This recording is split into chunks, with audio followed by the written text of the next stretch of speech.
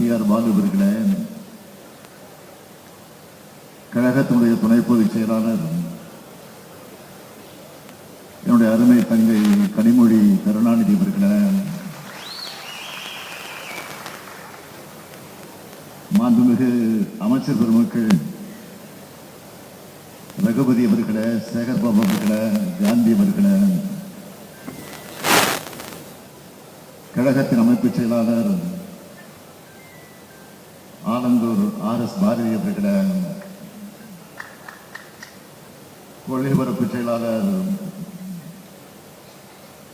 அன்பிற்கினிய சகோதரர் திருச்சி சிவா அவர்களே, சட்டத்துறையினுடைய மூத்த வழக்கறிஞர் பெருமதிப்பிற்குரிய சண்முக சுந்தரம் அவர்களே, சட்டத்துறையினுடைய தலைவர் விடுதலை அவர்களே, சட்டத்துறையினுடைய செயலாளர் அன்புக்குரிய என்.ஆர். இளங்கோ அவர்களே, சட்ட அமைச்சர் வில்சன் அவர்களே, சட்டத்துறையினுடைய இணை செயலாளர்களே, துணை தலைமை கழகத்தினுடைய வழக்கறிஞர்களே, கழகத்தின் பல்வேறு பொறுப்புகளில்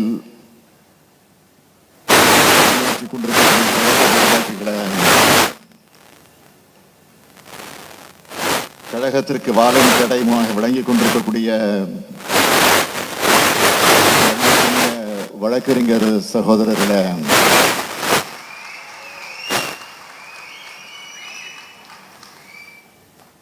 பத்திரிகை மற்றும் ஊடகத்துறை சார்ந்திருக்கக்கூடிய நண்பர்களே, என் உயிரோடு கலந்திருக்கக்கூடிய தலைவர் கலைஞரான அன்பு உடன்பிறப்புகளே, உங்கள் அனைவருக்கும் என்னுடைய அன்பான வணக்கம். தமிழ்நாட்டையும் தமிழ் மொழியையும் தமிழினத்தையும் காக்கின்ற காவல் அரணாக விளங்கும் திராவிட முன்னேற்றக் கழகத்தை தாங்கி பிடிக்க தூக்கி அணிகள்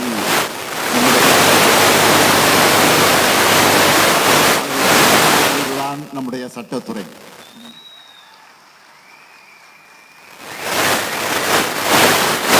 இது வழக்கறிஞர்கள் அணி மட்டுமல்ல, கழகத்தை காக்கின்ற காவல் அணி.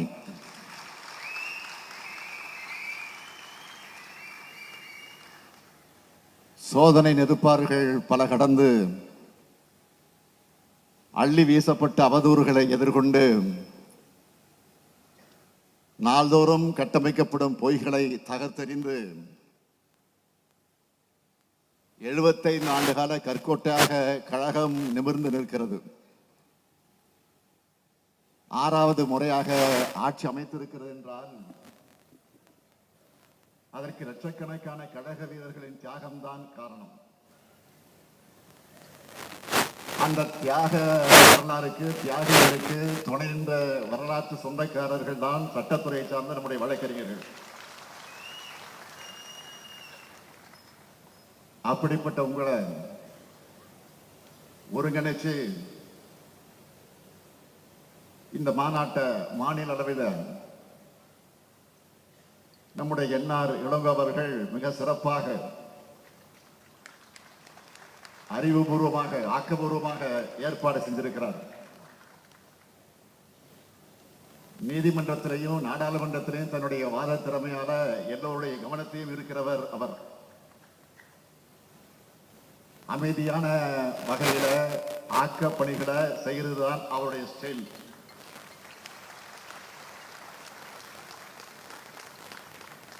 அவருக்கு துணை நின்று செயலாற்றும் கழக சட்டத்துறையினுடைய தலைவர், இணை செயலாளர்கள், துணை செயலாளர்கள் உள்ளிட்ட அனைவருக்கும் என்னுடைய பாராட்டுக்கள், வாழ்த்துக்கள். இந்த தமிழ் சமுதாயத்தை பண்படுத்தும், சீர்திருத்தும் முற்போக்கு கருத்துக்களை மேடைதோறும் முழங்கின கழக செயல் வீரர்கள் மீது பாய்ந்த வழக்குகளை எல்லாம் சுக்குநூறாக தகத்தெறிந்த சட்ட போராளிகள் நீங்கள். கழகம் தொடங்கப்பட்டு வளர்ந்து வந்த காலத்துல தொண்டர்கள் மீதான அடக்குமுறைகளை எதிர்கொள்ள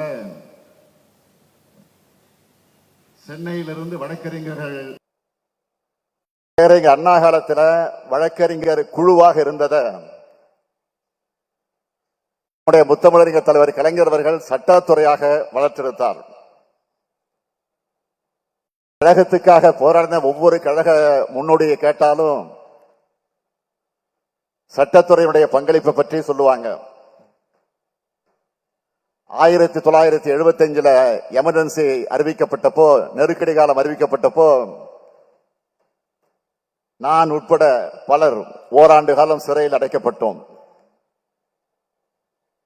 வெளியிருந்த கழக தொடர்கள் பல்வேறு வழக்குகளை எதிர்கொண்டாங்க. அவங்க எல்லாரையும் பாதுகாத்த துறைதான் நம்முடைய சட்டத்துறை. எம்ஜிஆர் ஆட்சி காலத்துல தலைவர் கலைஞர் அவர்கள் மேல ஏராளமான வழக்குகளை போட்டாங்க. அப்ப கலைஞருக்காக வாதாட பெரும் படையே வரும். நம்ம RS பாரதியை கேட்டா அந்த வரலாற்றை எல்லாம் விரிவா எடுத்து சொல்லுவார். எதிர்கட்சியா இருக்கும் போதெல்லாம் மக்களுக்கான போராட்டங்களை நடத்தி ஏராளமான வழக்குகளை சந்திச்சிருக்கிறோம். கடந்த கால அதிமுக ஆட்சியில காழ்ப்புணர்ச்சியோடு புனையப்பட்ட ஏராளமான பொய் வழக்குகள் அவையெல்லாம் நம்ம எதிர்கொண்டிருக்கிறோம். அப்பவெல்லாம் துணையார் என்ற அமைப்பு தான் இந்த சட்டத்துறை. சட்டத்துறையோட முக்கியமான சட்ட போராட்டங்களை குறிப்பிட்டு சொல்லணும்னா, இன்னைக்கு நாம கம்பீரமா உட்கார்ந்து இருக்கிறோமே அண்ணா அறிவாலயம், அந்த இடத்துக்கு நெருக்கடி வந்துச்சு. அதை கட்ட அனுமதி இல்லைன்னு தடை போட்டாங்க. அந்த தடையை உடைச்சது இந்த சட்டத்துறை தான். ஏன், நம்முடைய கருப்பு சிவப்பு கொடிக்கும் உதயசூரியன் சின்னத்துக்கும் ஒரு காலத்தில் பிரச்சனை வந்துச்சு. அதையும் மீட்டு தந்தது இந்த சட்டத்துறை தான்.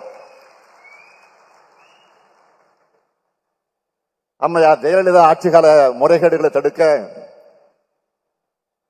நம்முடைய மரியாதைக்குரிய சண்முக சுந்தரம் அவர்கள் தன்னுடைய உயிரை பணயம் வச்சு போராடினார். அவருடைய தியாகம் விலை மதிப்பில்லாதது. அடுத்து இன்னைக்கு நம்மோட நெஞ்சங்களில் ஆறாத வடுவா இருக்குது தலைவர் கலைஞருடைய நள்ளிரவு கைது.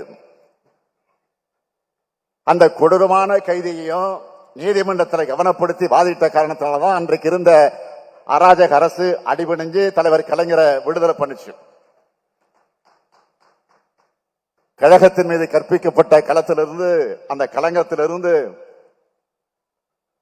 ராசா வாதாடி வென்றார். இது எல்லாத்துக்கும் மேல தலைவர் கலைஞர் மறைந்த பிறகு, நம்மை விட்டு பிரிந்த பிறகு, பேரறிஞர் அண்ணாவின் பக்கத்துல அவர் துயில் கொள்ள நடந்த சட்ட போராட்டம்,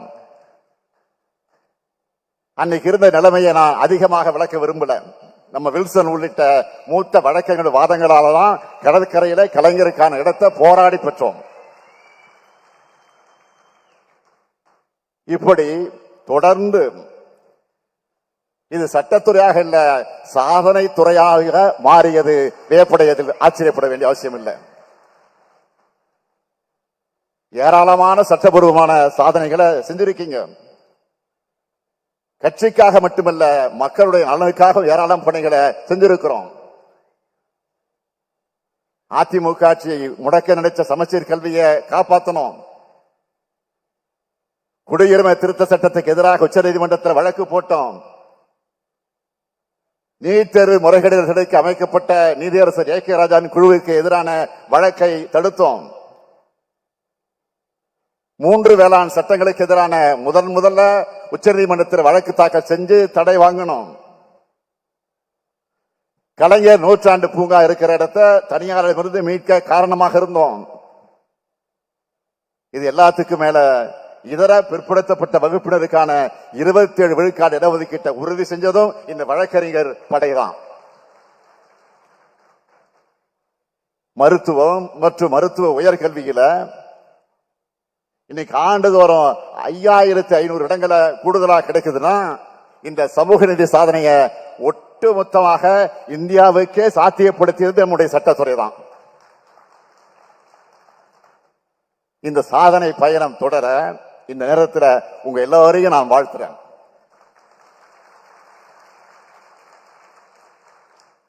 திமுக சட்டத்துறைக்கு வரலாறு இருக்கு, ஒரு கம்பீரம் இருக்கு, வரைமுகம் இருக்கு. நம்முடைய சட்டத்துறையிலிருந்து தான் நீதியரசர் ரத்னவேல் பாண்டியன் போன்றவர்கள் உருவானாங்க. சட்டத்துறையை சேர்ந்தவங்க உச்ச நீதிமன்ற நீதிபதிகளாக, உயர் நீதிமன்ற நீதிபதிகளாக, மாநில அமைச்சர்களாக, ஒன்றிய அமைச்சர்களாக, நாடாளுமன்ற உறுப்பினர்களாக, சட்டமன்ற உறுப்பினர்களாக சிறப்பாக பணியாற்றினாங்க. இன்னும் பணியாற்றி கொண்டிருக்கிறாங்க. நீதிமன்றங்கள் மட்டுமல்ல, தொலைக்காட்சி வாதங்களையும் எதிர்கட்சியினுடைய பொய்களை தன்னுடைய கூர்மையான வாதங்களால தோலுரிக்கிறாங்க. இப்படி கழகத்துக்கு தோல் கொடுக்கும் இந்த சட்டத்துறையிலிருந்து ஏராளமான ரத்னவேல் பாண்டியன் போன்றவர்கள் நீங்கள் உருவாகணும். அதாவது நம்முடைய சட்டத்துறையிலிருந்து மாவட்ட நீதிபதிகள், உயர் நீதிமன்ற நீதிபதிகள், உச்ச நீதிமன்றத்தினுடைய நீதிபதிகள் உருவாகணும். இங்கு ஏராளமான சீனியர் லாயர்ஸ் இருக்கிறீங்க, மூத்த வழக்கறிஞர்கள் இருக்கிறீங்க. நீங்க நம்முடைய இளம் வழக்கறிஞர்களுக்கு அதுக்கான வழிகாட்டியாக இருக்கணும், பயிற்சிகளை வழங்கணும். இளம் வழக்கறிஞர்களுக்கு சட்டத்தின் பார்வையோட சமூக நீதியின் பார்வையும் உருவாக பயிற்சி வைக்கணும். அடுத்ததா உங்க முன்னாடி இருக்கிற இன்னொரு முக்கிய கடமை, நாம தொடர்ந்து வைத்து வரக்கூடிய கோரிக்கையான நீதிபதிகள் நியமனத்தில் சமூக நீதி பின்பற்றப்பட உரையாடல்களை நீங்க தொடங்கணும்.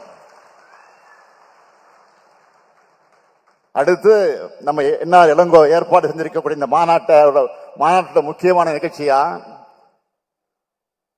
மாநிலங்களவை உறுப்பினர், ஒன்றிய முன்னாள் அமைச்சர் மதிப்பிற்குரிய கபில் சிபில், முன்னாள் தலைமை தேர்தல் ஆணையர் SY குரேஷி,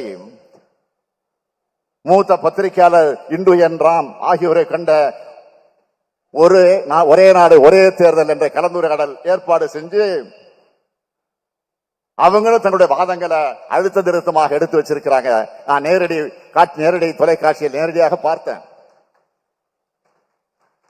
இன்றைய காலகட்டத்தில் மிக தேவையான உரையாடல் அது. இந்த மாநாட்டு வாயிலாக நான் எல்லோருக்கும் சொல்லிக்க விரும்புகிறது, ஒன்றியத்தில் ஆட்சி பொறுப்பில் இருக்கிற பாஜகவை பொறுத்த வரைக்கும் ஒரே மதம், ஒரே மொழி, ஒரே பண்பாடு, ஒரே உடை, ஒரே உணவுன்னு ஒற்றை பண்பாட்டை நோக்கி நாட்டை நகர்த்த பார்க்குது. அதுக்காகத்தான் ஒரே தேர்தல் கிளம்பி இருக்காங்க. ஒரே அரசியல் நிலையை உருவாக்க மாநிலங்களை அழிக்க பார்க்கிறாங்க. பாஜகவை பொறுத்த வரைக்கும் பெரும்பாலும் குறுகிய கால செயல் திட்டமாக இருக்காது, நீண்ட கால செயல் திட்டமாகத்தான் இருக்கும்.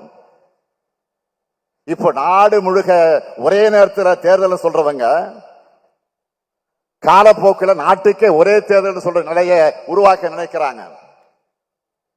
இது ஒற்றையாட்சிக்குத்தான் வழிவகுக்கும். இன்னும் சொல்லணும்னா இது தனி மனிதர் ஒருவர் கிட்டதான் அதிகாரத்தை கொண்டு போய் சேர்க்கும். இது பாஜக என்ற கட்சிக்கு கூட நல்லதில்லை. இன்னைக்கு பிரதமராக இருக்கிற நரேந்திர மோடி அவர்களை சர்வாதிகார ஆக்கத்தான் இந்த சட்டம் பயன்படும். பாஜகவும் பாஜகவுக்கு மூளையாக இருந்து செயல்படக்கூடிய அமைப்புகளும் விரிக்கக்கூடிய வலையில இந்த அரசியல் காரணங்களுக்காக பாஜக ஆதரிக்கக்கூடிய கூட்டணி கட்சிகள் விழுந்துவிடக் கூடாது. இந்த சட்டத்தை ஆதரிக்க கூடாதுன்னு இந்த கூட்டத்தின் வாயிலாக நான் கோரிக்கை வைக்கிறேன். பாஜக ஆட்சியை ஆதரிங்க, அது உங்க தனிப்பட்ட விருப்பம். ஆனா இந்தியாவோட கூட்டாட்சி கருத்தியலுக்கு முரணான சட்டங்களை, மக்களாட்சி மேல நம்பிக்கை வச்சிருக்கிற எந்த அரசியலமைப்புகளை ஆதரிக்க கூடாதுன்னு நான் கேட்டுக்கிறேன். இப்படி ஒரு சட்டத்தை அறிவிச்சப்போ நம்மை போன்ற அரசியல் இயக்கங்களை கடந்து வெளியில் இருந்து எதிர்த்தவர்கள், முன்னாள் தலைமை தேர்தல் ஆணையர் மரியாதைக்குரிய எஸ்.ஒய். குரேஷி அவர்கள் பலமுறை தேர்தல்கள் நடத்துறதுனால தேர்தல் செலவு அதிகமாகுன்னு பாஜக தரப்பு சொன்னபோது ஒரே நேரத்தில் தேர்தல் நடத்துறதுனால தான் அதிகமான செலவாகும். தேர்தலுக்கான கருவிகளும் ஆட்களும் பாதுகாப்பும் ஒரே நேரத்தில் தேவைப்படுகிறதுனால செலவு அதிகமாகத்தான் ஆகும்னு குரேஷி அவர்கள் சரியாக சொன்னார். இந்த சூழல்ல இந்திய அரசியலமைப்பை கூட்டாட்சி கருத்தியலை காக்க ஒரே நாடு ஒரே தேர்தல் முறையை நாம் இறுதி வரை எதிர்த்தாகணும். ஏன்னா நான் முன்னாடியே சொன்ன மாதிரி பாஜகவோட செயல் திட்டங்கள் நீண்ட காலத்துக்கானது. தங்களுடைய செயல் திட்டங்களுக்கு இடையூறாக இருக்கிறவங்களுக்கு எதிரான கருத்துருவங்கள் மெதுவாக சமூகத்தில் விதைக்க பார்க்கிறாங்க. அதுக்கு துணையா பல எடுபடிகளை பேச வைப்பாங்க. தன்னுடைய கையில் இருக்கக்கூடிய மீடியாக்களை வச்சு பொய் செய்திகளை பரப்புவாங்க, விவாதங்களை கட்டமைப்பாங்க, அளவில்லாமல் அவதூறுகளை அள்ளி இறப்பாங்க, பச்சையான பொய்களால் கொச்சைப்படுத்துவாங்க. பாஜகவோட வாட்ஸ்அப் யூனிவர்சிட்டி தீய வேலை செய்யும். இதையெல்லாம் கடந்துதான் நாம் போராடணும், வெற்றி பெறணும். இப்ப கூட இந்திய நாட்டையும் அரசியலமைப்பு சட்டத்தையும் மக்களாட்சியும் காக்கத்தான் நாம போராடிக்கிட்டு இருக்கோம். ஆனா நம்ம அரசியலமைப்பு சட்டத்துக்கு எதிரானவங்களாக சித்தரிக்கிற முயற்சிகளை இறங்கி இருக்கிறார் தமிழ்நாட்டினுடைய ஆளுநர் ஆர்.என். ரவி அவர்கள். எந்த ஆளுநர்? மரபுப்படி நிறைவா பாடப்படக்கூடிய நாட்டுப்பண் பாடலுக்கு கூட நிற்காம வெளியேறின ஆளுநர். இருந்தாலும் ஒன்றிய அரசுக்கு நான் வைக்கும் கோரிக்கை என்பது, நான் ஆளுநரை விமர்சிக்கிறேன் என்பதற்காக அவரை மாத்திடாதீங்க. அவர் பேச பேசத்தான் பாஜக நாட்டில் அம்பலப்படுது. திராவிட கொள்கைகள் மேலும் மேலும் மக்களிடம் சென்று சேருது. அவர் பேச பேசத்தான் மக்களுக்கு மாநில சுயாட்சி முழக்கத்தினுடைய நியாயங்கள் புரியுது. இன்னும் சொல்லணும்னா, இன்று முழுக்க இந்த மாநாட்டில் நம்முடைய தோழர்கள் திராவிடவியல் இயக்கத்தினுடைய குறித்து அழுத்தமாக உணர்வோடு பேசுறதுக்கான தூண்டுகோலாக இருந்து வரும் நம்முடைய ஆளுநர் அவர்கள் தான். தந்தை பெரியார் அடிக்கடி ஒன்றை சொல்லுவார், என்னை செயல்பட வைப்பது என்னுடைய தோழர்கள் அல்ல, என்னுடைய எதிரிகள் சொல்லுவார். அப்படிப்பட்ட கொள்கை எதிரிகளை, பண்பாட்டு எதிரிகளைத்தான் நாம் இன்னைக்கு பார்த்துக்கிட்டு இருக்கிறோம். இன்றைய எதிரிகள் கருத்தியல் மோதலுக்கு தயாராக இல்லை. ஏன்னா கருத்தியல் ரீதியா பேசினா அவங்களால ஒருபோதும் வெற்றி பெற முடியாது. அதனாலதான் அவதூறுகளை ஆயுதங்களாக எடுக்கிறாங்க. அந்த துரோக கூட்டத்தை தொடர்த்தெறிய வேண்டிய கடமை சட்ட போராளிகளான உங்களுக்கு இருக்கு. இந்திய அரசியலமைப்பு சட்டத்தை காக்கக்கூடிய கடமை நமக்கு இருக்கு. இந்தியா முழுமைக்கு சமூக நீதியை உருவாக்கி தந்து பாதுகாக்கிற கடமையும் நமக்கு இருக்கு. எனவே இங்க இருக்கு சட்ட போராளிகளுக்கு நான் சொல்லிக்கொள்ள விரும்புவது, நீங்கள் கொள்கை போராட்டத்திலையும் ஈடுபடணும், உதவணும், உங்களை ஒப்படைத்துக் கொள்ளணும், தேர்தல் களத்திலையும் உதவணும். தேர்தல் நேரத்தில் உங்களுடைய வாரும் பணிகள் எல்லாம் மகத்தானது, பாராட்டுக்குரியது. இன்னைக்கு நினைச்சாலும் நான் மகிழ்ந்து கொண்டு இருக்கிறேன். 2019 முதல் நடந்த எல்லா தேர்தல்களிலும் நாம் தான் தொடர்ந்து வெற்றி பெற்றிருக்கிறோம். அதற்கு காரணம், முக்கியமான காரணம் நீங்கள் தான். ஆக இந்த வெற்றி பயணம் 2026 தொடரணும். 2026 தேர்தல் வெற்றி என்பது நம்முடைய திராவிட மாடல் ஆட்சிக்கு மக்கள் அளிக்க போக மகத்தான அங்கீகாரமாக அமைய போகுது. திராவிட முன்னேற்ற கழக ஆட்சி மீண்டும் அமைய, இந்தியா முழுமைக்கு திராவிட கோட்பாடுகளை வென்றெடுக்க கழக சட்டத்துறை சளைக்காமல் சமரசம் இல்லாமல் உழைக்கணும். கழகத்தின் காவல் அரணா விளங்குகிற சட்டத்துறை சார்பில் கழக வழக்கறிஞர் அண்ணனுக்காக இன்னைக்கு 5 கோடி ரூபாய் கொடுத்திருக்கிறீங்க. அது ஆக்கபூர்வமான திட்டங்கள்ல பயன்படுத்திக்க என்ஆர் இளங்கோ அவர்கள் ஒரு செயல் திட்டம் வகுக்க சொல்லி இருக்கிறேன். அதன் அடிப்படையில் 2026 தேர்தல் வெற்றி பெற அந்த அறிவிப்புகள் வரும் என்பதை சொல்லி கழக வழக்கறிஞர் அனைவருக்கும் என்னுடைய நல்வாழ்த்துக்களை நன்றியும் சொல்லி விடைபெறுகிறேன். நன்றி, வணக்கம்.